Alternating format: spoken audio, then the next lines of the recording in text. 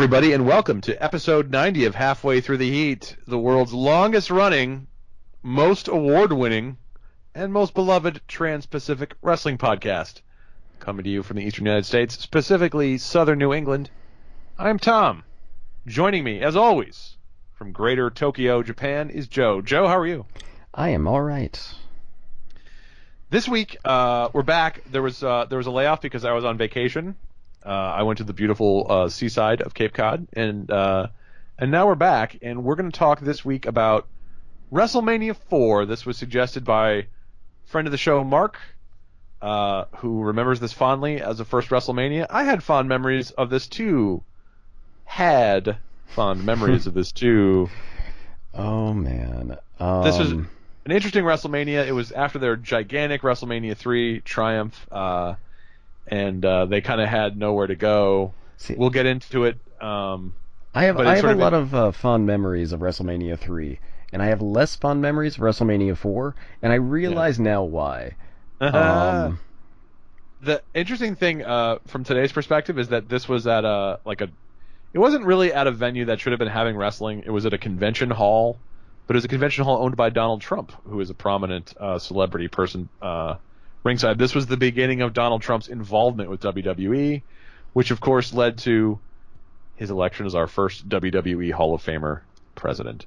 So why don't we set the stage and we'll get right into it. Our date is March 27th, 1988. The number one song in the country, "Man in the Mirror" by Michael Jackson. That one I do know. That's the first one of our number one songs that I actually remember. I know that song, and I know all the lyrics. It's a good song.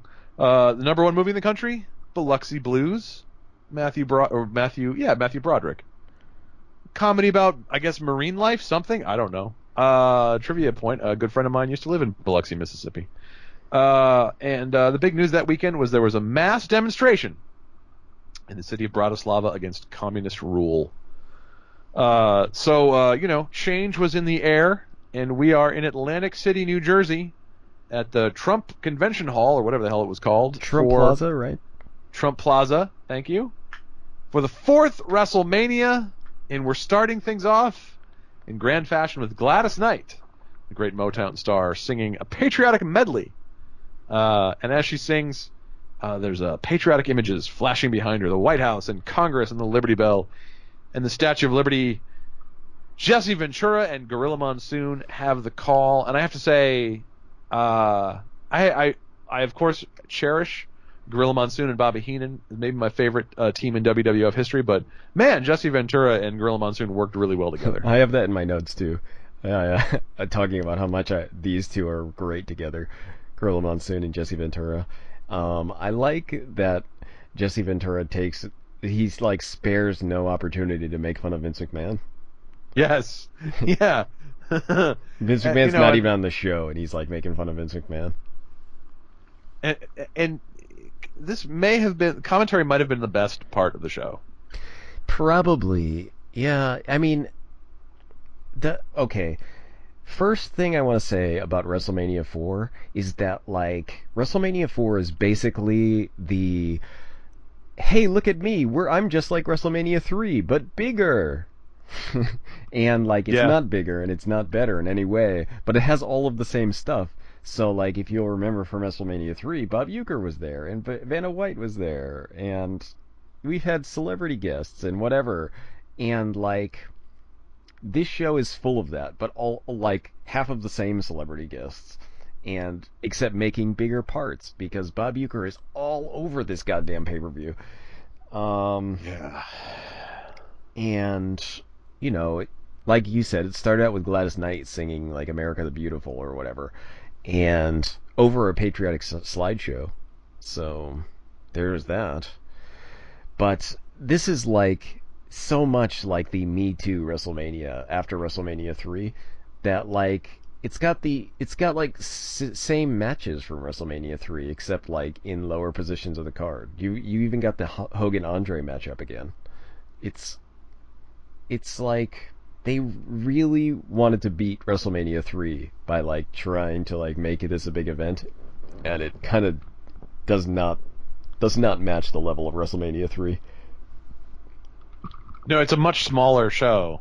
I mean, first of all, um, WrestleMania 3 was the Palace of the Auburn Hills. No, not the Palace of the Auburn Hills. It was at the Silverdome, this gigantic football stadium, with the famous indoor attendance record, which was bullshit, but there were a lot of people there. Whereas the crowd for WrestleMania 4, according to our friends at Wikipedia, was 19,199. So, like a quarter of the WrestleMania 3 crowd. And you're right. I think calling it the Me Too WrestleMania is a really good way to describe it, because that also or establishes one of the things that you see in wrestling time and time again. When something works once, a promoter beats it into the ground. And beat it into the ground they did with this WrestleMania, because, this is all types of, I don't know, not exciting. Like, I really like Bob Uecker, and in the beginning, watching him, I rekindled how much I remembered liking Bob Uecker, and he's still alive, by the way. And but by the end of this, I was so fucking sick of Bob Uecker. He's everywhere. He's all over my notes too. I got tired of writing his name because it's spelled weird. But also, the thing with this is that, like, there's a lot of stuff going on in this show where there's like, a lot of things that are good about WrestleMania 4. Like, it's got some, like, kind of classic moments that I remember, and I'm like, hey, I didn't realize this was from WrestleMania 4. But, like, it's got some of the greatest, it's the origin of some of the greatest Hulk Hogan animated GIFs. And, yeah, yes, it is. And it's also got the totally awesome Hulk Hogan Donald Trump promo. Yep. Yes, it does. We'll get to that. We'll get to that later. So, like, it's not all bad. It's not like this is bad. It just ends up being, like, so much more of, like, let's try and do the same thing we did with 3. That was successful. And it starts off with a battle royal, which is a huge miscalculation. A battle royal, it's a boring match. Yeah. I mean, it's just, jeez, the battle royal. Okay, I carefully watched the battle royal, and I marked when everybody went out of the ring. So, like, I've got the list going of when everybody was eliminated. But so instead of, like, telling you who was in the match all at once, I'll just tell you in the order they were eliminated. Go for it. So, first eliminated was Sam Houston. No surprise. Second eliminated was Sika. And then I think George Animal Steel was the third eliminated. They never showed his elimination, but he was just, like, suddenly outside of the ring, and he was just, like, angry and staying out there trying to eliminate people. And in that note, he did eliminate Jim Neidhart by pulling him over the top rope from outside. And then after that was Ramon Rougeau, one of the Rougeau brothers. Next was B. Brian Blair, followed by his tag team partner, Jumping Jim Brunzell of the Killer Bees. I'd just like to say that when I was a kid, I really liked the Killer Bees as a team. And, me too. They kind of fell off. They never went anywhere. They didn't. They peaked early. I think, like, the thing with the Killer Bees was that Jim Brunzell and B. Brian Blair, like, peaked before I liked them. Like, they were popular in, like, the early 80s, like late 70s. Like, by the time I was a fan, it was like they were already, like, on their way out. Jim Brunzell was Greg Gagne's tag team partner for a long time in AWA. Yeah, Jim Brunzell, man. Both of those dudes are good wrestlers too. They are, but they're wasted because they're in a battle royal at this point. After that, the Outlaw Ron Bass eliminated. Then Jacques Rougeau, followed by Hillbilly Jim, and then Dangerous Danny Davis. Dangerous Danny Davis outlasted Hillbilly Jim. Hillbilly Jim was a legit star back then, folks. He was a legit star, and you can tell because he was in the Rock and Wrestling animated cartoon. 100%. After that, Jim Powers, followed by Nikolai Volkov, and then Boris Zukov, and then Ken Patera, and then the King, Harley Race. The only note I made about the Battle Royal in my notes is that Harley Race takes a magnificent bump over the top rope, and he does. Yes, he does. He goes out, he makes it count. Harley Race is a fucking professional. He let you understand. If whatever he's gonna do, he's gonna do it to the best of his ability. So if all you have him do is get knocked over the top rope, he's gonna do the best over the top rope bump of the whole battle royal, and he did. Yes, he did. No doubt about that. Afterwards was Paul Roma. Future Four Horsemen, Paul Roma. Paul Roma, that everyone's favorite Four Horsemen, Paul Roma. Followed by JYD, and then last, Bret Hart was eliminated by Bad News Brown, the winner of the Battle Royal. I remember Bad News Brown being like for a while he was like pushed as like this monster heel, like he was fighting Hulk Hogan and stuff, and then like suddenly he was just gone. Just like, I don't know what happened with Bad News Brown, but I imagine it's because he's black. I'll say this. Moving on. No. This is a great time for me to... Yeah, moving on. This is a great time for me to promote an article that just went up on Spectacle of Excess that I wrote about legit tough guys. Bad News Brown is one of like the famous, like legit. He was a martial artist in like competitive martial arts for a long time. He was an Olympic judo guy. He was an Olympic judo guy. He's the only guy that Andre the Giant backed down from a fight with. Like, they were in Japan, and Andre the Giant was drunk, and he called Bad News Brown a racial slur, and Bad News Brown told the bus driver, he's like, stop the bus. I'm going to kick Andre the Giant's ass. So the bus driver stops the bus, and Bad News Brown gets out of the bus. He's like, we're going to fight right now, and Andre the Giant apologized instead of fighting him. That's the level of badass that Bad News Brown was. But as we know, the actual legit tough guy doesn't always come across very well in the ring. Like Meng, famous legit tough guy, like with terrifying stories about this, like carnage Meng was capable of. It's hard to think of a good Meng match.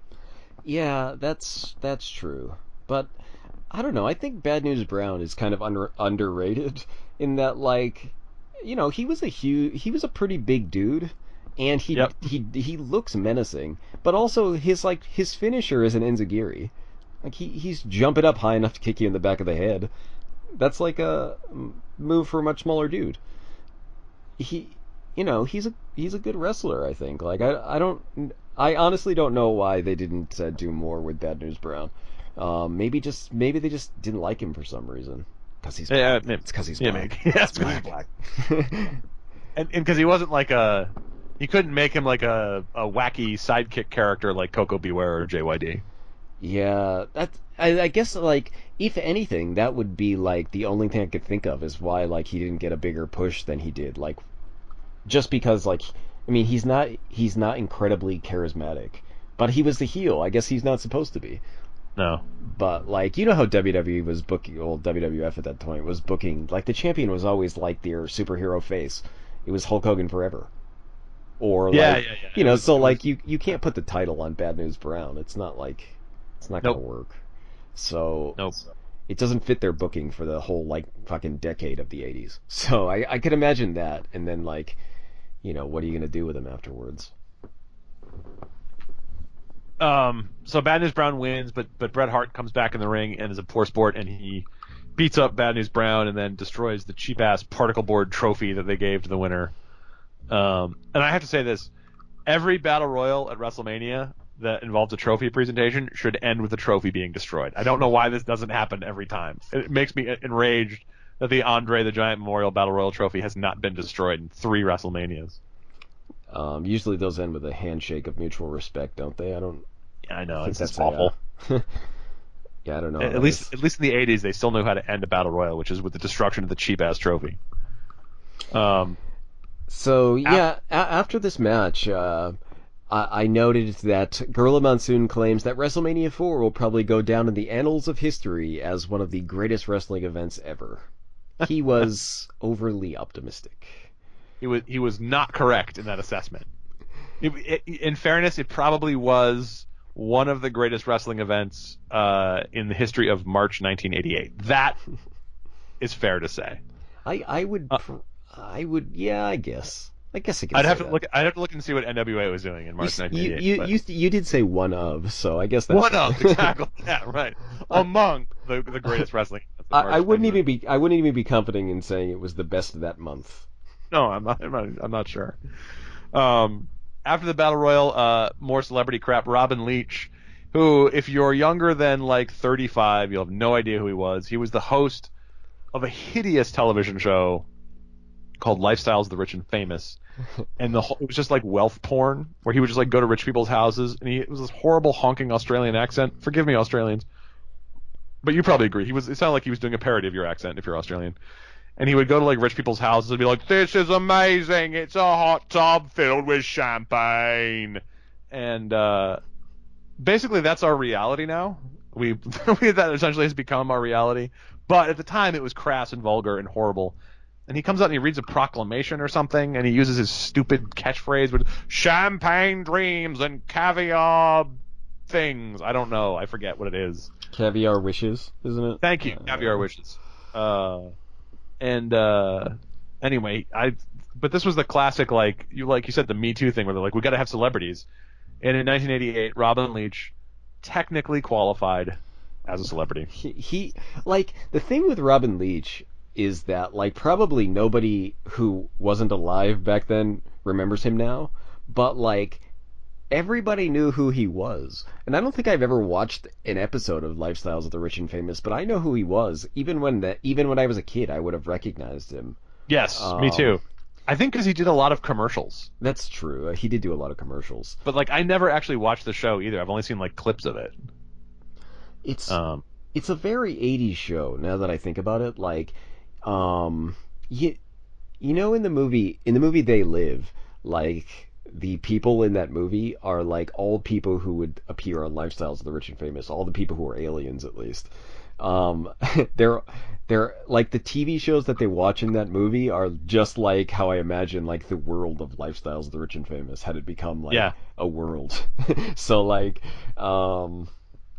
it's very 80s to me. It feels like very part of the kind of like 80s zeitgeist, where, you know, like, things like where like movies like you know, what's that Michael J. Fox movie where he like becomes a corporate executive or whatever? Oh, Bright Lights Big City? Not that one. That one too, but there's another one. It's like a comedy where he like comes from the Midwest to join his uncle's company or whatever, and oh yeah, I forget. I know what you're talking about though. But yeah, that's a very, like, it really is an 80s kind of show too, because you wouldn't have I don't know, that was a point when wealth celebration was still novel, and it felt like a little transgressive maybe. It hadn't become normal yet, and a very like Reagan era phenomenon. And like, Robin Leach was also like, he was ugly. He was not a conventional celebrity at all. He looked like he'd spent his life editing a tabloid newspaper, and maybe he had. I have no idea what Robin Leach did before he became a TV show host. Tom, are you like touching your mic or something? It's like making like a weird buzzing kind of sound. Oh, I'm not, but it's still making the weird buzzing noise. It is. What about now? Do you hear it now? I don't, so I guess I sort of do, actually.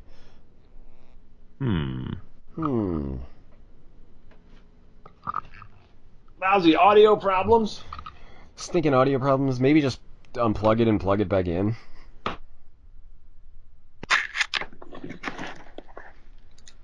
Any better? It's actually better. Oh, alright. Okay. Alright. That cleared it up immediately. Sweet. Pause a little and then start. So after the Robin Leach part, which I don't even remember what the point was. He's announcing the tournament opening. Oh, right. That's right. Thank you. We have the first match of the tournament, which is Hacksaw Jim Duggan versus the $1 Million Man, Ted DiBiase. Now, like, interesting history. In Mid-South, these two were part of a faction together. Yep. Hacksaw Jim Duggan and Ted DiBiase. They're completely unrelated in WWE. And Hacksaw Jim Duggan, you know, he's not exactly a technical wrestler. No. He's more of just a... okay, I'm gonna admit something. When I saw Hacksaw Jim Duggan as a kid, I always thought he was, like, slightly retarded. I swear, I'm not making, not saying this now. I'm saying that when I was a kid, I totally did. You know, like he'd always come I out, see it. No, I get it. and like Yeah. he'd always yell ho, and like he'd have his like that weird look on his face where it's all crooked, and I just think like, is he kind of retarded? Like he has like retard strength. Um, so I was never a big Hacksaw Jim Duggan fan. But I always liked Ted DiBiase. Um, but this match, man, he okay. Hacksaw Jim Duggan is basically a brawler, and Ted DiBiase is just like selling his little heart out for Hacksaw Jim Duggan in this. He looks like every hit is murdering him. He looks like he's dying. Um, and he wins because Andre interferes, and then DiBiase does one of his signature moves, the falling punch to the forehead, which is kind of a smart finishing move for thinking about the future. Um, Yeah. Yeah. Seriously. you know, I think Ted DiBiase knew it was up because like his one of his signature moves was that falling like punch to the forehead, but also his real finisher is the $1 million dream. It's a sleeper hold. It's not a big impact to your body, which is probably why Ted DiBiase can walk today. Yes. Yeah. If this match had been in Mid South, like you said, this would have been like a brutal slugfest. These guys were very different in Mid South. And this is a great way. If you go back and look at some of their Mid South matches and compare it to this match, it's a great illustration of what the WWF did that was so different in the 80s and why a lot of traditional wrestling fans didn't like it. This is like it's a cartoony match. It's not terrible or anything, but it's not what you would have expected if you came from a traditional Southern wrestling background, which was like two guys who looked like they wanted to kill each other. This is more of like it's a little more comic booky in some ways, and that's not necessarily terrible because they obviously succeeded where Mid South folded pretty quickly after the oil boom died. But it's very different, and Yeah, it's nothing like. And I mean, I liked Ted DiBiase in WWF, I guess, because he's got like a real charisma to him. But like, I I don't remember Ted DiBiase in WWF being like a great wrestler. But when watching him in Mid South, I'm just like, wow, Ted DiBiase is really good. yes, yeah, he's so good in Mid South, and he could do both like technical wrestling, scientific wrestling, and be a babyface, and he could be like a shitty, cheating heel. He was a lot of fun. It's just so different. Like now, there's so many shows on the network, so many Mid South shows to watch. Definitely worth your time. But anyway, the $1 Million Man wins the first match of the tournament, and then we go backstage. Mean Gene Okerlund, who to me will always be like the voice of wrestling. Yeah, It's he's just ingrained into my head. That voice, man. like, I, did you say you met Mean Gene? yes, I did meet Mean Gene. So like, you said something that I totally like. I haven't met him, but like I totally agree with was that like hearing that voice come out of a real human would be unsettling. Yes, It's jarring to think of it because like it's such a voice that's ingrained into me from like hearing it so many times related to like announcing wrestling and stuff that you'd never expect it to come out of a real person at this point. no, and I mean, that's how he talks. Like, I'm sure, like, when he's at home, he talks differently, but he it's so weird to be sitting next to, because to me that's like it's a TV voice. And it's just so weird to be sitting next to someone and like it's like, I'm Gene Okerlund, and you're like, oh my god, But anyway, he's backstage and he's interviewing Brutus the Barber Beefcake, very 80s wrestler. Yeah, I'll admit that in the 80s I liked Brutus the Barber Beefcake, but I'm gonna also say that remember when I was talking about how I thought Hacksaw Jim Duggan was partially retarded. I'm starting to think that I was possibly partially retarded, maybe, but I would blame that on food additives that they banned after the 80s. So, I'm okay now, but like probably then I had some kind of, you know, brain damage or temporary brain damage, because I have no idea why I liked Brutus the Barber Beefcake. Watching it now, I just think like, fucking hell, get Brutus the Barber Beefcake off my TV. He he does not do a great job with his promo here. At one point, he tries to rhyme the phrase "over and done" with the word "champion." Yeah, he is not good, and man, there, Ed Leslie, who is Brutus the Barber, has had like a million different gimmicks, and I mean, half of them are kind of barber related though, so I guess that doesn't really count. But because sometimes he's Brutus the Barber, or he's Brutus the Butcher, or Brutus the haircut guy. I don't know what the fuck he did afterwards. He did, and then he was like the Zodiac and stuff. So like, totally off. He was the booty man. Oh, he was the booty man. I forgot about that. By the way, people, you can say what you want about Hulk Hogan. We certainly have at times, but a very loyal friend. The only reason Ed Leslie got job after job after job in wrestling is because he's Hulk Hogan's close personal friend. So there's a promo, and then we go to our next tournament match, which is Don Morocco, who is a babyface in this match, which is unusual for him. Bizarre. He's yeah. accompanied to the ring by superstar Billy Graham, who is also a babyface, unusually for him. And he's wrestling Dino Bravo with Frenchie Martin. And I liked this match, actually. Don Morocco. I'm saying that too. Like, this was an alright kind of Hoss match. They just, like, threw each other around, beat each other up. It was a good match. I thought, like, this is an alright match, except for the shitty ending. Yeah. Morocco wins by DQ, which is dumb. But this is a good, like, you talk about liking Hacksaw and Brutus the Barber in the 80s. I did too, and I can guarantee I would not have liked this match as a kid. I would have thought this was boring, but now as an adult, I appreciate it so much more. Because it's just like two big dudes beating the shit out of each other. It's a lot of fun to watch now.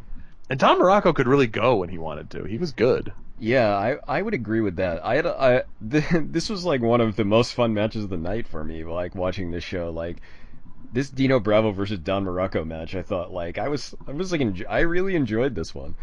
And the thing with this is that like it just had like, I don't know why they booked it this way, because like it had nothing to do later on with anything, but like the ending was like, Don Morocco accidentally hits the ref because Dino Bravo pulls the ref in front of him to like take the hit, and then like in the confusion Dino Bravo hits his finisher and pins Don Morocco, but the ref just wakes up and calls the match for Morocco. So like you're just like, okay, so Dino Bravo sort of won but didn't. Like, why would you book it that way? Like, it doesn't make any sense. Like, if you wanted Morocco to win, just let him win. It was badly booked. I don't know why they were protecting Dino Bravo or something. Like, it didn't make a lot of sense. Dino Bravo, by the way, would go on to have one of the most remarkable wrestling deaths, where he was gunned down by the Montreal Mafia for trying to horn in on their cigarette smuggling racket. That is absolutely true. That is 100% true. I think we've talked about that before on this podcast. We have talked about that. I mean, if you're gonna have an early wrestling death, that's certainly a distinctive way to go out. All right, well, so we're backstage with Bob Uecker, and we establish WrestleMania 4's running gag, which is that Bob Uecker is horny, and he is so horny for Vanna White. And he's searching for Vanna White, but he can't find her. Those of you who listen to our WrestleMania 12 podcast will recall a similar dynamic with Nicholas Turturro and Pamela Anderson. Nicholas Turturro was searching for Pamela Anderson backstage in Hartford, Connecticut. Oh, Jesus. Yeah. This was way worse, though, because, like... Because there's like 1,000 of these segments. Yeah, there were like 1.5 million of these segments. Like, Bob Uecker... Get used to hearing the name Bob Uecker searching for Vanna White, because that happens after, like... basically every match, and except for the time when Vanna White shows up. So he doesn't find her, and instead he finds Jimmy Hart and the Honky Tonk Man, who come out and they cut a promo about something. Yeah, that's kind of it. Like I don't even know what it was about. Just about something. We go to the fourth match of or the next match of the tournament, rather, the third match. Greg Valentine versus Ricky the Dragon Steamboat. When watching this match, one thing occurred to me, that Ricky Steamboat, like, has there ever been somebody who was better at being like a pure babyface? No. I don't think so. Ricky Steamboat came out with his kid. Yes. Like Yeah. a little baby. Like he's Yeah. holding the baby, like Simba Like- or something. Like he's up over like bringing the baby out to the ring and stuff. Really weird. I don't know why that was. There was no explanation of why he came out with a baby. It's so hard to imagine Ricky Steamboat as a bad guy. Whereas somebody like Hulk Hogan, who like had such a great babyface run in WWF, was a great heel in WCW as Hollywood Hogan, right? And Macho Man could do both, and a lot of guys could do both. Flair, but like I think Ricky Steamboat is just like he's just such like a naturally good guy. Like it's just hard to imagine him being a bad guy. It's also hard to imagine somebody like him getting over today. Oh yeah. John Cena is maybe the closest thing in terms of like, and John Cena is hated by half the crowd. Yeah, basically, there was no way Ricky Steamboat would get over today. He's like too good for his own good. He's super clean cut and like, but like everyone like he was so popular. Everyone loved him. It wasn't like a John Cena thing where it was like half the people hated him, half like people loved Ricky Steamboat, and they were not happy at the conclusion of this match, which Greg Valentine won with a cheat, with a handful of tights. It was a good match though. Man, like I don't even know, because like half of this match was like they just had bad chemistry between these two. Like there was a bunch of timing issues in the beginning where like some stuff was off and like it looked weird or it looked sloppy, and I don't know, like it didn't feel like it was like anybody's fault so much as just like these dudes didn't mesh well. And like this match had a lot of great things from Gorilla Monsoon though. He did refer to Ricky Steamboat as the excellence of execution, which I noted because that's like what Bret Hart eventually became known as, I guess. And then like there's a part where Gorilla Monsoon and Jesse Ventura are talking about a move, and Gorilla Monsoon claims that he hit him in the external occipital protuberance area, and Jesse Ventura is like, "What did you just say?" And they have this long conversation about the bump on the back of your head, apparently called the external occipital protuberance. It was the greatest part of the match for me. Also, current American President Donald Trump makes an appearance on camera for the first time. Yes, and during this match, yes. And Gorilla Monsoon says, have to agree with him here. When the camera shows Donald Trump, Gorilla Monsoon says, "What an individual!" Yes. It makes more sense then because like there's no reason anybody should know the name Donald Trump at that point. Just he was famous for no reason, and like so what can you say about him? Like all of his great accomplishments, like something. There was no reason for Donald Trump to have become famous in the 80s, but he was really famous. And he would go on to be even more famous, becoming president of the fucking United States. I still can't believe it. It's amazing. It is amazing. But we move on from future President Trump to another backstage segment with Gene Okerlund, and he is with the British Bulldogs and Coco Beware and Matilda, the actual Bulldog. Because remember, they had a Bulldog for a manager. This is another good example of guys from the territories who were like given a very family-friendly makeover in WWF. Like the British Bulldogs were like these real scary, like nasty dudes, and Dynamite Kid was hated backstage. He was this horrible bully that nobody liked, and like great wrestler, completely changed the face of the light heavyweight wrestling, and but by this point they're these like goofy cartoon characters with their fucking bulldog manager and Coco Beware, who is a nasty bruiser in the territories. If you ever watched Coco Beware like matches in Memphis, he is stiff. He like messes guys up. And said he's the Birdman. Oh, giving him gosh. like a pet and everything like that. So again, this is just like classic WWF 80s stuff where it's Gene Okerlund like talking reasonably and just like a bunch of wrestlers screaming incoherently. Everyone was on cocaine. Oh my, yeah. This is the thing. Mean Gene is interviewing the British Bulldogs, and they cut a terrible promo that's like about Matilda being a weasel hunting dog to go after Bobby Heenan, and like they're just finishing it up, and there's like this awkward pause, and then suddenly Coco Beware explodes into his part of the promo. This has nothing to do with anything, and like he's like 0 to 60 in like half a second. It's just like from nothing to like high energy. It's crazy, and like I have no idea what he was talking about, but it was really awkward. And then it ended, and we moved on to the next match, which is the Natural, Butch Reed with the Slick versus the Macho Man, Randy Savage, with Miss Elizabeth. This is a quick match. It was a quick match. I have that in my notes out also. It's the first thing it's written. Quick match. Yeah, like it was only a couple of minutes. Basically, Butch Reed just gets distracted by Elizabeth while he's climbing the ropes, and then like big elbow pin. That's kind of it. That was really short.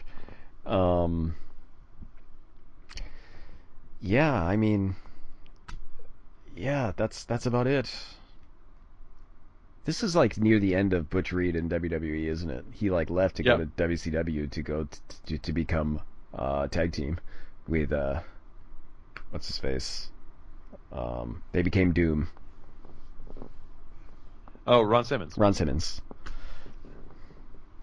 Yeah, and of all the many racist things that WWF did over the years, one of the most racist was the Slick character.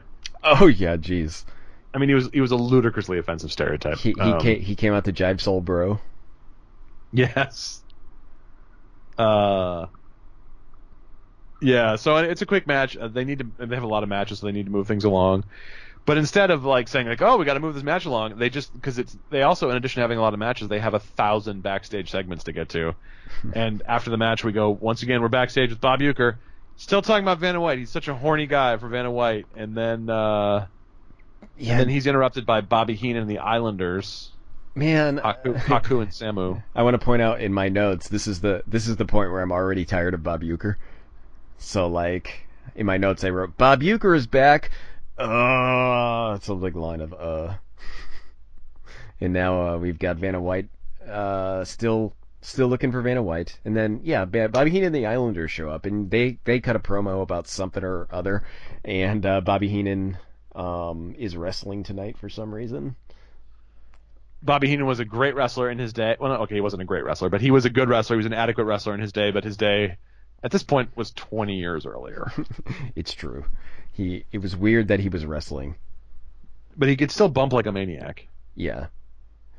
That is true. So then we go into a match. It's the one-man gang, accompanied by the Doctor of Style Slick, against Bam Bam Bigelow with Engelbert Humperdinck. Bam Bam is a face, because he's in New Jersey. Tom. He's not accompanied by Engelbert Humperdinck. That's somebody else entirely. Oh, that's right. Yeah, no, he's not. He's accompanied by Sir Oliver Humperdinck. I have written Engelbert Humperdinck in my notes. Engelbert Humperdinck was a singer. Sir Oliver Humperdinck was a dude from the territories. Indeed. Who had a couple of yes. So they're both. And Oliver Humperdinck was briefly a member of the Kevin Sullivan Army of Darkness in Championship Wrestling from Florida. But he's a good guy, and so is Bam Bam, because they're in Jersey. And this should be like a fantastic, fun hoss fight between two big, mean dudes. And it's just kind of a meh. Yeah, no, like, I was expecting this match to be pretty good, and it's just kind of garbage. It's just overbooked, and it's like really unsatisfying finish of a count-out win for one-man gang. Like, so far, most of the tournament matches have ended with screwy finishes, either with countouts or DQs or cheats. And this countout, it seemed like it even caught Ventura and Monsoon by surprise because they're not sure what happens until Howard Finkel announces the victory. Yeah, and like this kind of thing was like, man, this match had like a ton of interference and like weird kind of setups for things, and it was so short that like all of this happened like a million times, and you're just like, what the hell is going on with this match? Can't these guys actually just have a wrestling match? But apparently the answer was no. You can't. You just can end an account out. It was it was it was terrible. It should have been so much better, but it was not. And like I was expecting it to be much better because like Bam Bam can really go. He just didn't in this match. And like you know, that's what it was. Just kind of not fun. No, it was not fun. It wasn't a great match. It wasn't what it could have been. And I think part of the problem is the tournament format. They have so many of these they have to get through in one show. They can't give these guys the time to do what they are capable of. But we go from this match to yet another backstage segment, and what a backstage segment this is. Now, this is a monumental backstage segment. This is the greatest backstage segment of the entire show. Because it's Mean Gene interviewing Hulk Hogan, and he does cut the famous "Thank God Donald Trump is a Hulkamaniac" promo, where like he paints this bizarre picture of Donald Trump scaling the side of the Trump Tower while the world is flooding, holding his family or something. It's amazing. And then he does that thing where he backstrokes out of the frame, which is a delightful gif that I post everywhere. It's so incredible, and like you talk about, I don't know if the Hulkster was on cocaine, but the '80s, that was a cocaine era, and like it's just so crazy. Like he takes this metaphor and he just keeps elaborating on it, and it's really detailed and crazy. And he talks about Donald Trump, how everyone will have to like rely on Hulk Hogan to swim them to safety, and at one point he screams out, "Thank God Donald Trump is a Hulkamaniac," and if you had said in 1988 that the two people in that sentence, Hulk Hogan and Donald Trump, one would be president of the United States, and the other would be the plaintiff in a major and a famous media law case, it would be hard to imagine. Although I could imagine Hulk Hogan as president. In 1988, I was 10. I could imagine Hulk Hogan as president. Yeah, see, like if you said that in 1988, I would have assumed it was the opposite way. The roles were opposite. Yeah, exactly. Okay, I guess Donald Trump is gonna have a crazy sex tape. That's what I would have thought. Yeah, right, and Hulk Hogan will President Hogan. Because also one of the people involved in the show, the color commentator Jesse Ventura, eventually becomes governor of a major U.S. state. It's true. So many people from this show, totally government related. And of course, Hacksaw Butch Reed later became Prime Minister of Canada. That's not true.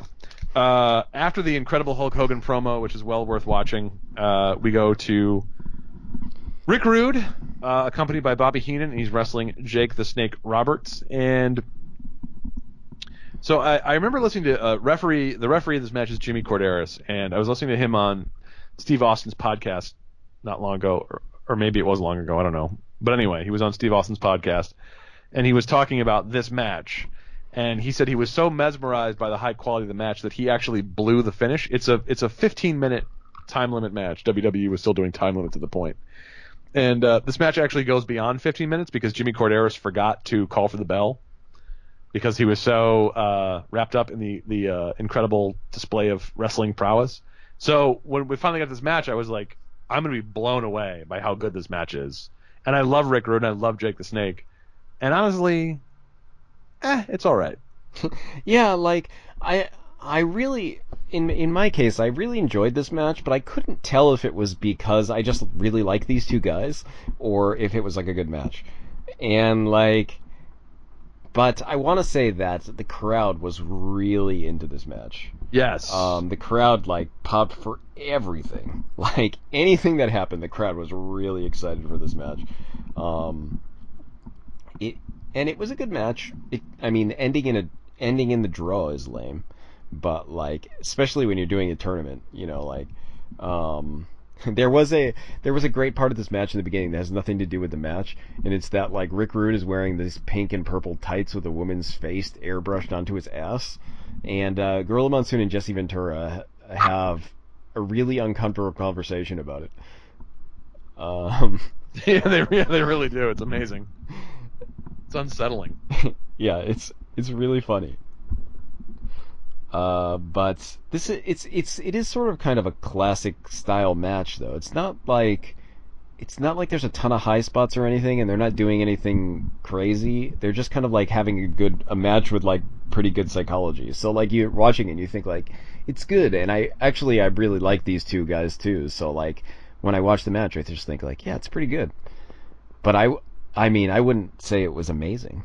I mean no, it is a good match. It's I almost wish I hadn't heard the Jimmy Corderas thing. Although that does, I'm glad I knew it at least because the ending does get screwed up because the ref, and then it goes beyond 15 minutes. And after like Monsoon and Ventura notice it, and they start saying things like, "We have to be close to the 15-minute mark by now." But because on its own, it's a really good example of an old school wrestling, like a well done old school wrestling match. But it's not like Flair Steamboat or something. It's not. But it's the kind of match you didn't necessarily see in WWF all the time. Like WWF at this point was doing a lot of squashes and a lot of quicker things and a lot of more cartoony offense, whereas this is something that you would have seen in a Southern promotion or you would have seen out West or something. This was two guys who were very good at wrestling, doing their best. And like you said, it's helped by the fact that there's a really hot crowd who hated Rick Rude and loved Jake the Snake. Yeah, the crowd was really into this match. Like probably out of all the matches so far, this one was the one that the crowd was really invested in. Which, you know, just goes to show you how good at like working a crowd these two are. Yes. This is like the only match that feels like it got enough time on the card. There are other good ones. Like I think my favorite match might have been Morocco Dino Bravo, but that was a short match. This one was like the kind of match you'd see today on a pay-per-view. Afterwards, guess what? You're gonna be shocked by this. We're backstage again. We're backstage again, but this time Vanna White shows up and gives a weird insight into her political beliefs. Wait, what did she say? She says, "I don't like anyone dishing out money for anything." She's one of those weird anti-money anarchist people, I guess. Oh yeah, that's right. That's right. Because she's being interviewed by Gene Okerlund, who asks her who she thinks is going to win, and she says she thinks Hulk Hogan's going to win, and she starts bad-mouthing the $1 Million Man. Yeah. Yeah, and she's like, I don't like people who, I actually wrote it down here. I don't like anyone throwing around and trying to win, throwing money around, just trying to win something. Vanna White, communist. Vanna White, anti-American. She says, "I don't like anyone dishing out money for anything." That's what she says. Direct quote. Man. So, Vanna White hates money. You know what? This just gave me a whole new appreciation for Wheel of Fortune. She wants to live on a weird barter system, is what I'm saying. A puzzle-based barter system. After that, guess what? This is a very 1980s match. See, I would say this would be the most 1980s match for a WWF 1980s match of the night, but there's one later that actually is worse. All right. For taking the cake as like the most quintessential 80s WWF match that I could think of. It's not this one, but this one is pretty bad. It's pretty 80s. It's the Ultimate Warrior versus Hercules Hernandez. Ultimate Warrior has not yet, like, he's on his way up, but he's not yet reached the pinnacle of his fame. Hercules Hernandez is just like a big dude who is there to get beat up. He was like a perennial mid-carder. He was always in the mid-card as like just a big dude on the mid-card. This was another screwy finish where Hercules thought he won, but actually the Warrior won, but it looked like Hercules won. It was like one of those goofy things where it looks like one of the dudes is pinning the other dude, but like both their shoulders are down, and then like at the last second one of them lifts up his shoulder. Yeah, it didn't come across whatever they had planned doesn't come across very well. It's kind of hard to know what they were going for, but Ultimate Warrior wins, I guess, and then Hercules is mad and he chokes Warrior with his chain because he came out with chains because he's Hercules. But Warrior gets the chain back and he swings the chain around like a madman. Talk about cocaine. Yeah, this was lame. This was just like Hercules Hernandez and the Ultimate Warrior had like a feud, so like they had like a bunch of matches together, a whole series of matches together, and as you can imagine, neither of those dudes could wrestle very well, so they were all pretty bad, and this is just one of the many bad matches they had together. It's followed by not a backstage segment, incredibly, but by another match. That's not true. There's Sugar Ray Leonard pointed out in the audience. Right, but at least we're not backstage.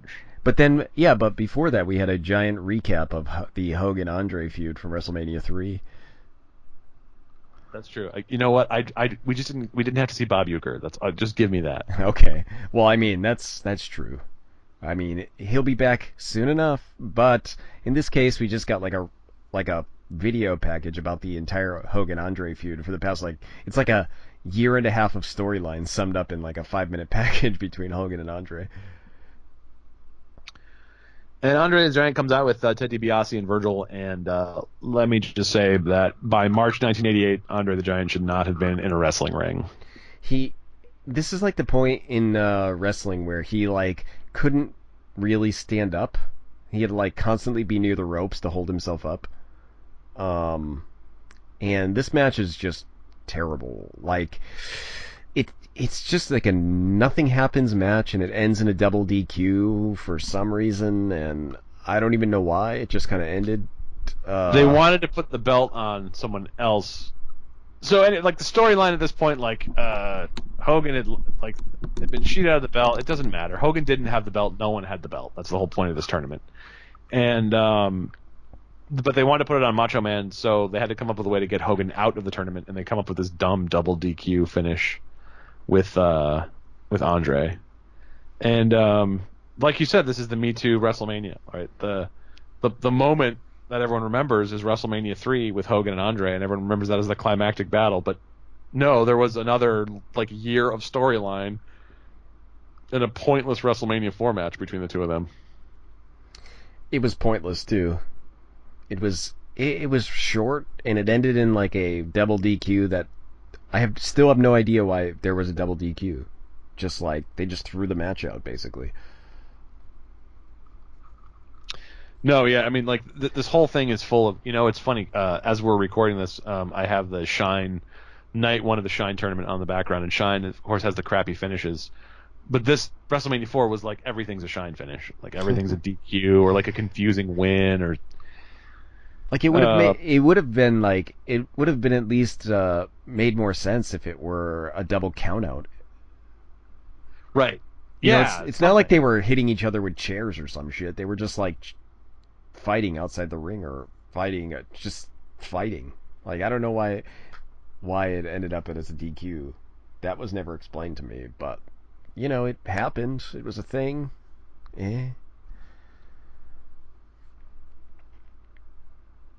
Afterwards, backstage with Macho Man, a suitably intense promo from one of the great promo artists of all time. Oh yeah, Macho Man. Macho Man promos are always good. They don't always make sense, but they're always good. We go back to the ring. We've got Don Morocco versus Ted DiBiase. DiBiase wins in a quick matchup. Yeah, this was special. It was a really short match, and I don't really have anything to say about it because it was so short. I don't either. I would have liked to have seen these two guys have a longer match, honestly. But then we're backstage again with Bob Uecker. Oh, Bob Uecker is back. Demolition. Talking to Demolition. Kind of promo on Strikeforce. Man, Demolition. This show is the beginning of the never-ending reign of Demolition. Yep. Where they just dominated for 2 years. They were, when I was a little kid and was really into wrestling, I was in awe of Demolition. They were so awesome and so huge and so scary. And then later on, when I got back into wrestling in the late 90s, and I learned that it was Barry Darsow and Bill Eadie. It's so weird. Like, Bill Eadie was this old Southern dude who was the Masked Superstar, and Barry Darsow went on to be the Repo Man. The Repo Man, yeah. Like, it's so weird to think they were Demolition, because, like, that would be like Road Warrior Hawk, like, going on to be the Maestro. It's absolutely the weirdest career transition, but and Animal becomes Fandango. You're just like, what the fuck is going on? And you just don't understand. Like, yeah, I'm in that same position because I was like, Demolition. No one's ever gonna beat Demolition. They're so good. And then like later on, it's the fucking Repo Man. Because this is a good insight into like WWF and like mistakes they make. Why would you ever want these guys to be anything other than Demolition? Not only were they like, did they look great and everything, but like they were hugely over. I think like it was just like after them having the championship for so long, everyone got Demolition fatigue, but also because they brought in the Road Warriors, it was like, that's right. That's like, right. Like after they brought in the Road Warriors, it was like 3 months before Demolition was just gone. Yeah, it's important to note that the Demolition was absolutely a Road Warriors ripoff, as was Powers of Pain, like a ton of tag teams. No matter what, Blade Runners. No matter what those dudes in Demolition say in like every shoot interview they've ever done, they are totally a Road Warriors ripoff. I mean, they claim that they're not. We did different things. We're not the same kind of wrestlers. Well, that's true, but your gimmick is still basically just we're the Road Warriors, but they're the Road Warriors. Hell, even their costumes are basically stolen from the movie The Road Warrior. Like they came out with those masks that Lord Humongous wears. It's like you can't be more obvious. No, I mean there's no question about it. But if you grew up in WWF territory, as I did, you didn't really know, like the Road Warriors are this mysterious, like not as well known. Like you knew about them, but like you didn't get a chance to see them as much. So Demolition was like the thing. Yeah, that's for me too, because like it's not like we ever saw the Road Warriors on TV. I only saw them in wrestling magazines. Yep. So like I knew who they were. Like there was a lot of people I knew who they were, but I never saw wrestle when I was a kid. So like I remember seeing Ric Flair and stuff in magazines and thinking this guy must be awesome. But I never saw him wrestle because he was never in WWE when I was a kid. And then like like Great Muta was another one. You'd see him in the magazines and he'd have like his face all painted and he's like spitting mist at people and you're just like, what the fuck is this guy? This is awesome. Why doesn't he come to WWF? But it never happened. And then sometimes you were sad when those people showed up because you're like, who the hell are the sheep herders and what the hell are they doing here? And then they'd show up and you're just like, why did they come here? Why are they still here? Jesus. It's true. It's true. So anyway, we get that promo. It's a growly, shouty promo with Bob Uecker. And then we go to our next match, which is Randy Savage versus Greg Valentine. This is it's an okay match. It's worked basically really according to Valentine's strength, so it's kind of slow and methodical. It's slow and methodical, but it's like a 4-minute match or something. It's really quick. And it ends with Savage rolling an attempted figure 4 into a small package cradle. This would have been a great territories matchup, but they got to move quickly because we got to get more backstage segments of Bob fucking Uecker. Yes, we do. We need more Bob Uecker. So we're backstage, not with Bob Uecker, but with Gene and Vanna talking about Bob Uecker. Then we go on to our next match is a Honky Tonk Man. The Honky Tonk Man versus Brutus the Barber Beefcake.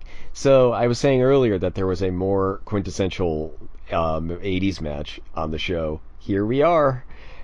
This match is like, if you want to think of like, what is this bog standard WWF match in the 80s? Watch this match. It's like all types of hammy show wrestling. There's like everything is way over exaggerated. Um, everything is silly. The characters are silly. Everything is like goofy, and it's not an incredibly interesting match. And I totally forgot how silly the lead up to the shake, rattle, and roll finish was. It's like Yeah. I totally forgot that there's like that weird the whole shake part of it. The shake and the rattle part is like, why would you do that? It's really dumb. Honky Tonk Man is accompanied by um, Jimmy Peggy's the Mouth and South Heart and Peggy Sue, who was actually Sensational Sherry before she got a chance to come in full time to the WWE. Wow, I didn't know that. Um, I wasn't paying yeah, attention. it's I had to look it up. This is like a huge misuse of Sensational Sherry Martel, who was really good on the mic and a really good wrestler at a time when there were not many good women wrestlers in the United States. And so they just have her come out dressed in like a 50s like poodle skirt outfit and just kind of like run around the ring. It's stupid. Um, Yeah. So Brutus the Barber Beefcake actually wins this match. yep, By countout. another count out finish. And then he cuts Jimmy Hart's hair. The finish is so awkward and stupid. There's a ref bump, and then it's not clear what's happening. And then at one point, Jesse Ventura actually says, "I wrote down something happened. We're gonna need a decision here."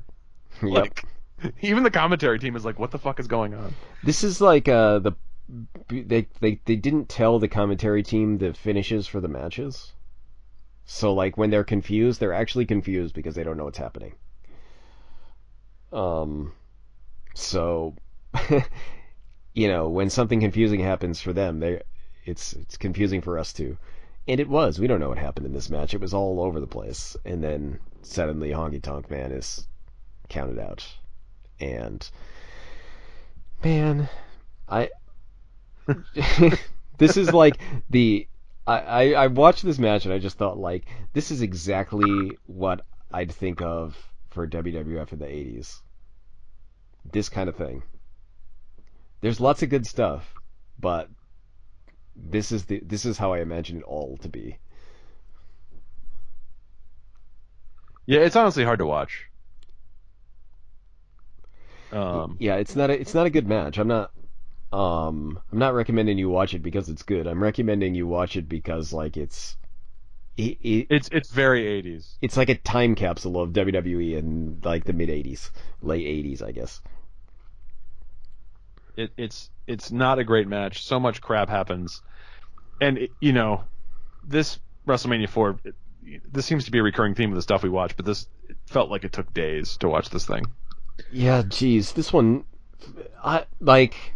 It literally took me days to watch this because I would watch it like in the evening, and I would be like, well, I'll get through half of it one night and half of it the next night, and it took me like 4 nights because like I would watch part and end up falling asleep, and then I'd be like, fuck, where did I last remember watching, and I'd have to restart and watch from a earlier position. I'd watch like 20 minutes and I'd be like, oh, I guess I already watched this. And and so like I watched a bunch of it again and again just because like I kept falling asleep. And man, this took a long time.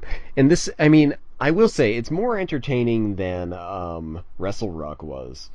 But Yeah, it's only because like it's got a faster pace to it. Like the matches end quickly and it's moving on to something new pretty quickly.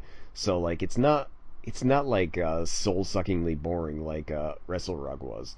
But like a lot of the things happen in a way that like there's just a crappy finish, or like it's just nobody knows how the match finished, and like they have to tell us afterwards. It's that kind of thing. So like, and like because the matches are so short, even matches that should be good end up not being so good. Um, but yeah, so moving on, we're back to the backstage with Bob Uecker, still looking for that Vanna White. And Andre the Giant comes out, cuts a promo that is unintelligible, and then he hears the source for another often used GIF of Bob Uecker being choked by Andre the Giant. Yes, that's right. Yeah, I'll say this for WrestleMania 4, it did provide a lot of material for the Giffers of the future. Um, One of the things that slowed the show down, not just the backstage segments, but they mixed up the tournament with non-tournament matches. Like the Honky Tonk Man versus Brutus was not a tournament match, and the next match is not a tournament match either. The Islanders versus the British Bulldogs. These, like, in another world, this would have been like a brutal slugfest that people would still talk about today, because all these dudes were hard hitters at one point in their career. Although by this point the British Bulldogs are pretty much done as being in-ring performers. But the Islanders they were fucking brutes. It was Mang and Samu. Well, Haku and Samu. Yes, in WWF he's Haku. And they come out with Bobby Heenan. Bobby Heenan's in some kind of protective garment to protect him from the savage Bulldog Matilda, leading to my favorite exchange on commentary of the night when Ventura says, "Heenan looks like a Chinaman, don't he?" And Monsoon says, "He certainly does." I don't even know. I have a note about that, but I was just like, what the hell does that even mean? I don't even get. I don't know. It was great. Yeah, I have no idea what that was, but it's an odd moment. He doesn't, by the way, folks. He does not look like a quote-unquote Chinaman. He kind of looks like a living chew toy or something. Like, yes. Yeah. This match actually does have another one of my favorite parts of the night. There's a point, I think, after the match where they're fighting outside of the ring, or someone is chasing somebody. Maybe they're chasing Bobby Heenan with the dog, and the cameraman falls over. The cameraman falls over, and the greatest thing now is like someone in the crowd is yelling, "What do you think about that, Jesse?" And like it was the funniest thing. I replayed that part a bunch of times because I was like hoping that Jesse Ventura would respond. But like actually, like the next segment is like Jesse is like doing something, so he's not actually near the he's not actually on the announce table at that point. So it's too bad because that was really funny. Yeah, he comes out and does a pose down at one point. It's very strange. Yeah. This is the point where he does the pose down thing, because like it's right after this match, because I was expecting him to respond to the fan yelling, "What do you think about that, Jesse?" What do you think about that, Jesse? The bad guys win this one. Like we have this is the Islanders and Bobby Heenan versus the British Bulldogs and Coco Beware. So like this is the previous promo. The result of that previous promo is now this match where Bobby Heenan actually gets the pin because they just throw him on top. That's it. I actually remember this angle from when I was a kid, where the Islanders stole Matilda. Oh yeah. So they stole the dog, and then the British Bulldogs got the dog back, and this was their like match for revenge. And Coco Beware was there. That's I don't know why. Very. Like as Tom was saying earlier, like watch Coco Beware like not in the WWF, and it's like he's a totally different dude. Because like Coco Beware in the WWF is awful. Like you just don't want to see him. He doesn't do anything good. He just kind of like comes out with the bird and does his bird dance. It's awful. It's terrible. And he's in the WWE Hall of Fame. And I remember when that happened, I was like, what the fuck? Maybe he's just in there for the pre-WWF stuff, because honestly, if you do watch him in the territories, he's really good. He's just like a really stiff, capable worker, but who, hey, you got to make money, and good for him. So now we're back to the tournament. Randy Savage versus One Man Gang. This is a very slow, dull match. One Man Gang muscling Savage around. Gang gets disqualified for using Slick's cane, loses the match. Nothing. It was really quick really too. This it was match. a really short match, and like the DQ came really quick. Well, I mean, I understand why. It's like Macho Man has like 20 matches this night, so Yeah, like, yeah. He wants to be fresh. They want to keep him fresh. Um, Nothing special about this match. A lot of like talk about Elizabeth as a manager versus Slick as a manager. That my next note I've written, all it says is more backstage bullshit with Vanna and Gene. I think I was tired of the backstage stuff by this point. That's what that note is telling me. my note says Bob Uecker still can't find Vanna White. I'd actually like to hear more from Vanna White talk about how she hates money. Um, but after the backstage Vanna bullshit, White we go still to on? Demolition. Is Vanna White still on Wheel of Fortune? She must be like 80 I, now. I have no idea. I know Pat Sajak is. He looks eerily ageless. Demolition versus Strikeforce for the tag titles is the next match. Strikeforce was Tito Santana and Rick Martel. They never really got their due in WWF, I think. They were a good tag team. Weirdly named, though. I remember at the time thinking, like, was there ever a tag team more... Because they were, like, two clean-cut, like, light heavyweights, but, like, Strikeforce just sounds a little more menacing than they were. They should have been something like the All-American Guy, even though one of them was Canadian. But, should have been something more, I don't know. Yeah, this match is the beginning of the never-ending title run of Demolition. They win the titles from Strikeforce. Yeah. By the way, I can confirm that Vanna White is the hostess of Wheel of Fortune to this day since 1982. How old is she? She is 60. Wow. All right. Anyway, this match actually has really good wrestling in it. It does. This match does have good wrestling. It's not a long match, but it also has like more Jesse Ventura with racism. It's great. Yeah. Yeah. Jesse Mr. Fuji is the manager. Yeah. Jesse Ventura refuses to call Tito Santana Tito. He always calls him Chico. Yep. And he there's a point in the match where Demolition is beating up Tito Santana, and he says this line: "I'll bet Chico wishes he was back in Tijuana selling tacos right now." And Gorilla Monsoon says, "He's not from Tijuana, Jess."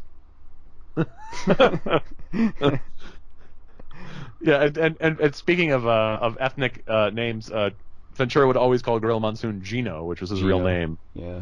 Which infuriated somebody, I don't know.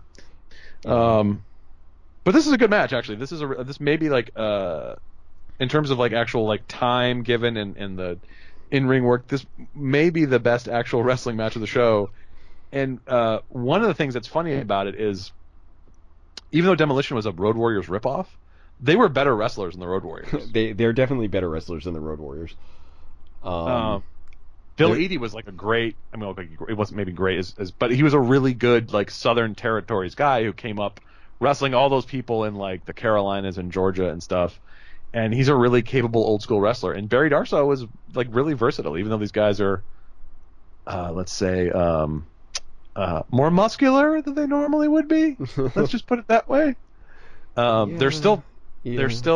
They're not like the Road Warriors, who really had like 2 or 3 things they could do before the match just devolved into punching and kicking.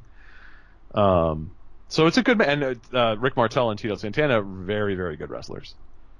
So I enjoyed this match. I'd watch it again, honestly. This is one of those hints of like what WWF could have been in the 80s if they showcased more wrestling. Yeah, it was an alright match. I thought this was a pretty good match, and I've always liked Rick Martel. You know, he was like the AWA ace. he was like the Tanahashi of AWA for a while.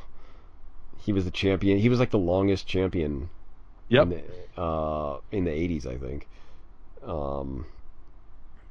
And you know, he was like the kind of like young hotshot for AWA, and then he came into WWF as they part of never really Strikeforce. had anything for him. And then he was the model. He had his own perfume. Yeah, this is the classic thing. Like guys just couldn't come from the territories and just sort of be what they were. Like Ted DiBiase couldn't just be like the shit heel he had to be the $1 Million Man, and like Rick Martel couldn't just be this really good wrestler. He had to be the model, and like it just Coco Beware couldn't be this ass kicker from Memphis. He had to be this ridiculous Birdman. Vince had a vision and he prevailed. So I guess we're the idiots. But anyway, the match is good. Demolition, they win with the help of Mr. Fuji, and like you said, this begins their like mammoth title run that wouldn't be broken until many years later when the New Day broke it because Vince is petty. Yes. But also one more racist line from this. Chico learned that move in the Mexico Football League, the MFL. Says Jesse Ventura. Future governor. Even farther future, crazed conspiracy theorist. Yeah, that's true too.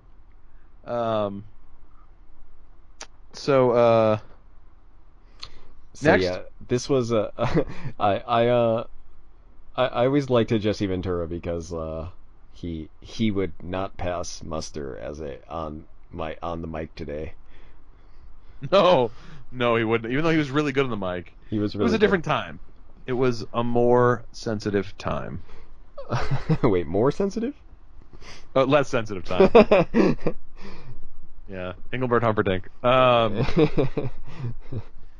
So then, we're blessed with another appearance by Robin Leach. He comes out to present the World Championship belt while bland piano music like you'd hear in a wine bar plays in the background. And then Bob Uecker comes out. One of my favorite moments in the show, a clearly drunk fan smoking a cigarette runs up to hug Bob Uecker. Not planned or anything. Bob Uecker totally takes it in stride. Bob Uecker absolutely greets the guy like he's an old friend. And then the guy is immediately descended on by security. Great. Bob Uecker handled that really well. He didn't freak out or anything. He was just like, yeah, hey, buddy. And then Vanna White comes out. Bob Uecker is finally united. She gives Trump a kiss. Such star power. It's the future president of the United States there. Well then. And then Gorilla Monsoon says of Bob Uecker as he finally gets to meet Vanna White, his dream has finally come true. I don't know if that's true. But we finally get the main event, the match for the WWF World Championship. It's Ted DiBiase with Andre the Giant versus Macho Man with Miss Elizabeth. And this is actually, for WWF style, this is a good match. Andre keeps interfering, so Elizabeth runs to the back. What's she doing? Is she abandoning her man? Is that what's going on? Oh no, she's getting the Hulkster to come out. The Hulkster comes out. And this is one of those things where this WWF has done this now apparently for 30 or plus more years, where they'll have the baby faces win by doing things that only heels should do. Yeah.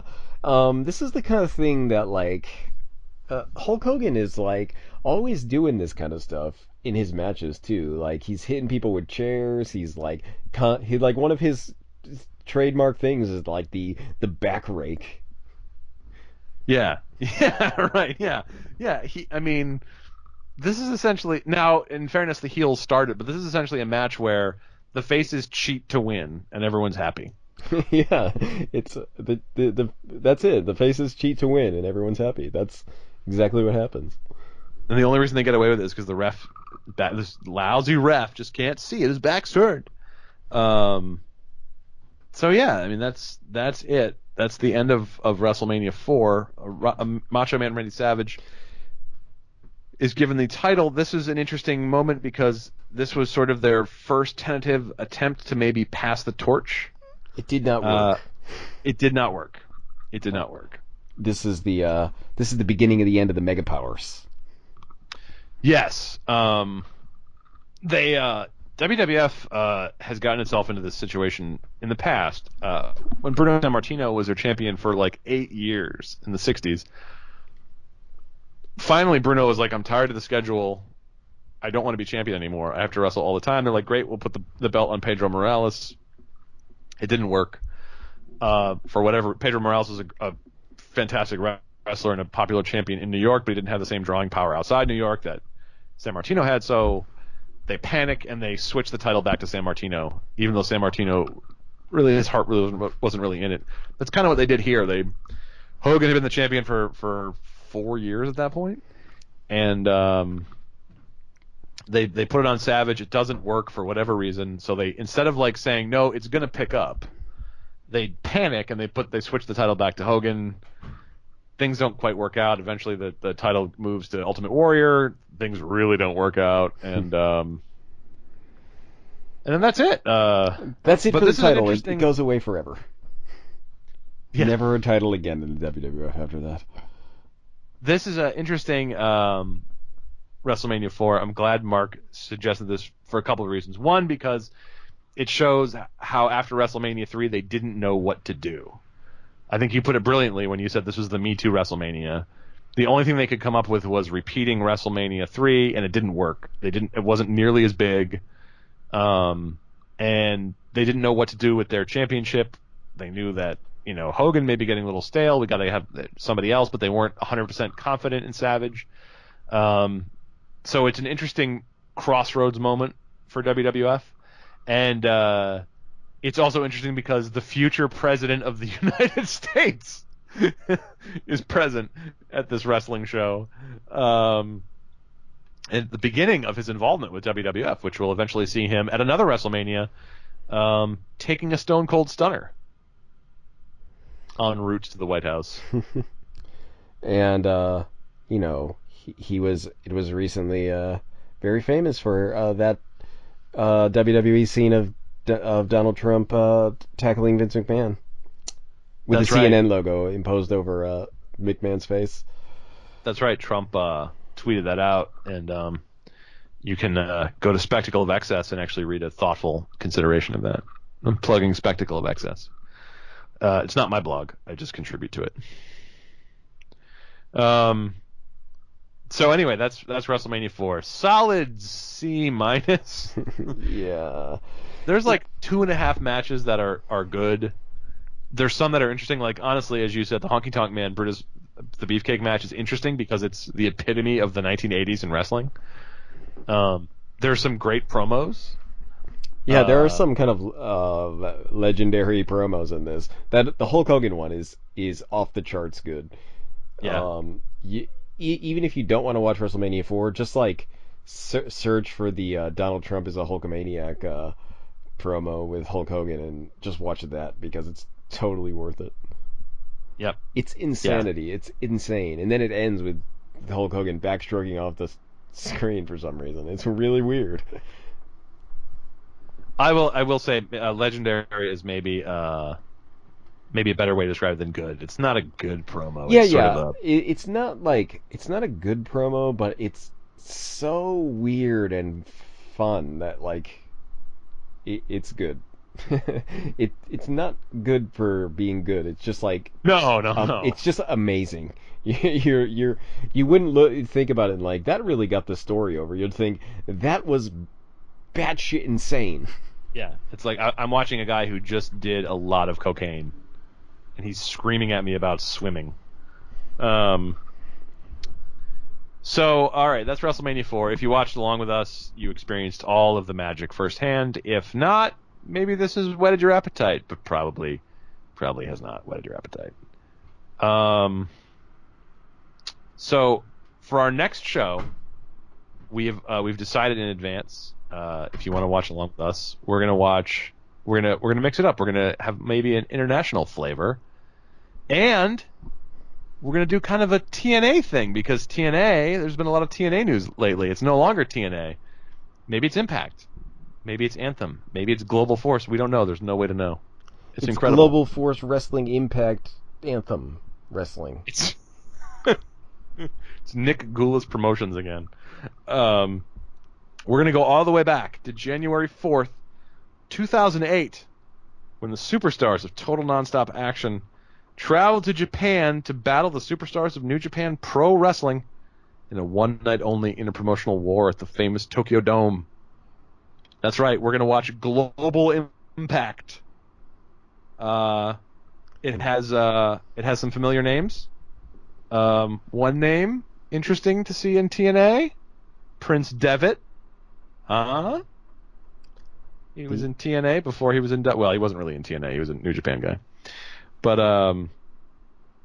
we got the Steiner brothers. We've got Tomko. Oh, God. You're not enticing anybody with that one, Tom. We've got P.D. Williams. You're just going downhill. We've got Kurt Angle versus Yuji Nagata for the IWGP Championship. So this will be an interesting one to watch. I will confess, have not watched a lot of TNA. Certainly not in that era. Most of the TNA I've watched have been in the last 3 or 4 years. And so I'll be kind of curious to see how it is. And New Japan, very hot right now. This was sort of a downtime for New Japan in a lot of ways. This is before Tanahashi really came in and reversed their fortunes. This was when Noah was top of the heap. So that'll be interesting too. But that's what we're going to watch. That's our next one is going to be Global Impact, TNA Global Impact from January 4th, 2008. So I don't know if you can find it. I have the DVD, and Joe and I are going to watch it through the magic of Skype. But I'm sure you can find it out there somewhere. It's got to be somewhere. It's got to be somewhere. You kids, and you're streaming. I know it's out there. TNA Global Impact, 2009 or 2008, whatever one 2008. it was. 2008. That's what we're watching next. What a time. I was still in my 20s. So Briefly. was I then. I had 2 more weeks to be in my 20s when this aired. And I was not watching wrestling at all at this point in 2008. I mean, like, I would occasionally, if I was flipping through channels, I would occasionally watch the WWE, but I really was not paying attention at all. So this would be sort of interesting to revisit. The only wrestling I was doing at this point was watching. I was playing a Pro Wrestling Noah arcade game that had a lot of cards. I played that a lot. There you go. I know that because I found a giant stockpile of Pro Wrestling Noah arcade game cards recently. I wasn't even doing that. Well, you couldn't because that was a Japan only thing. I remember tuning into WWE at some point during this period and seeing a guy with X's on his hands and being like, "Is this a fucking straight edge wrestler?" And it was. And it was. And then when they said his name was CM Punk, I think I changed the channel. I was like, "This is the stupidest thing I've ever heard of." But no, he had real punk cred, man. He's a real punk rocker from the punk rock streets. All right. So, anyway, thanks for listening. If you want more content, you can head on over to closetofanxiety.tumblr.com, where mostly I'm just complaining about Su Yung not being in the Shine tournament and posting pictures of Kira Hogan tonight. But there's a lot of other wrestling content over there. People seem to be enjoying the stuff I've posted about the end of Talking Smack. I also posted a great picture of Dump Matsumoto with a swastika drawn on her forehead. I know it's a different context and everything, but that's no way to make it to the Mae Young Classic. You can also find me on Twitter, at TJ Breen. I tweet a lot about wrestling, but I delete my tweets pretty quickly, so they're like rare and precious jewels. Where can we find you, Joe? You can find me in hell. No, I don't know. I'm on Twitter, sort of, in the sense that, like, if you message me there, I might look at it like a week or 3 later. You're not selling this. And I'm on YouTube, where you can leave a comment on this video. Because if you're listening on YouTube, because that's the only way you can listen. I know. But if you do that, you can comment below the video, and I will respond probably. Other than that, that's about it. And suggest, by the way, go ahead and suggest a thing for us to watch. You don't even have to have like a specific show. You could just say, like, you guys should do a women's only show, or you should do a Japan show, or you should do an old Southern show or do a Juggalo show. Anything. Do not suggest a Juggalo show. I know Tom has DVDs, so we're. I do. If someone suggests it, we're gonna probably have to watch it, and I don't want to watch it. I've got a DVD of Bloody Mania, Juggalo Championship Wrestling. I'm sorry, Championship Wrestling. Oh Jesus. Yeah, so if there's something that you want us to, or even like a couple episodes of a show, we're happy to do that too. We don't have to. Honestly, that would almost be better because God, some of these things feel like marathons. It's true. If you were just like, hey, watch 3 episodes of Superstars from the 1985 season or whatever. I would do that. I would do that. Some old Mid-South episodes. Supposedly a bunch of world-class episodes are being added to the network this month. That would be worth it. That would be worth it. I love world-class. All right, so that's how you can find us. That's how you can hassle us. And thank you for listening to this. Hope you've enjoyed it as much as we have. And we'll talk to you soon. See you guys next time.